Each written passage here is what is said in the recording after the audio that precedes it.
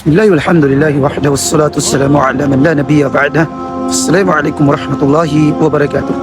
Sinabi ni Propeta Muhammad sallallahu alaihi wasallam, "La tuturuni kama ataratin nasara ibna Maryam. Fa innama ana abduhu faqulu abdullahi wa rasuluh." Anong pong ibig sabihin? Sinabi ni Propeta Muhammad sallallahu alaihi wasallam, "Huwag ninyo akong purihin ng labis-labis katulad ng pagpuri ng mga Kristiyano kay Jesus na anak ni Maria.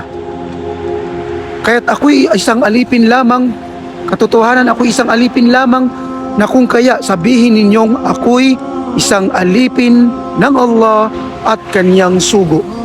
Allahu Akbar. Napakalinaw mga kapatid sa Islam. Ang Propeta Muhammad sallallahu alaihi wasallam ay binalaan niya tayong huwag natin siyang purihin katulad ng ginagawa ngayon ng mga Kristiyano sa anak ni Maria na si Jesus, na kung kaya sa labis-labis ng pagpuri nila dito, kanila itong binigyan ng pagtatambal sa Allah subhanahu wa ta'ala. Ginawa nila itong anak ng Diyos, ginawa nila itong Diyos, o kaya ay kabahagi ng Diyos, ng Allah subhanahu wa ta'ala. Allahu Akbar.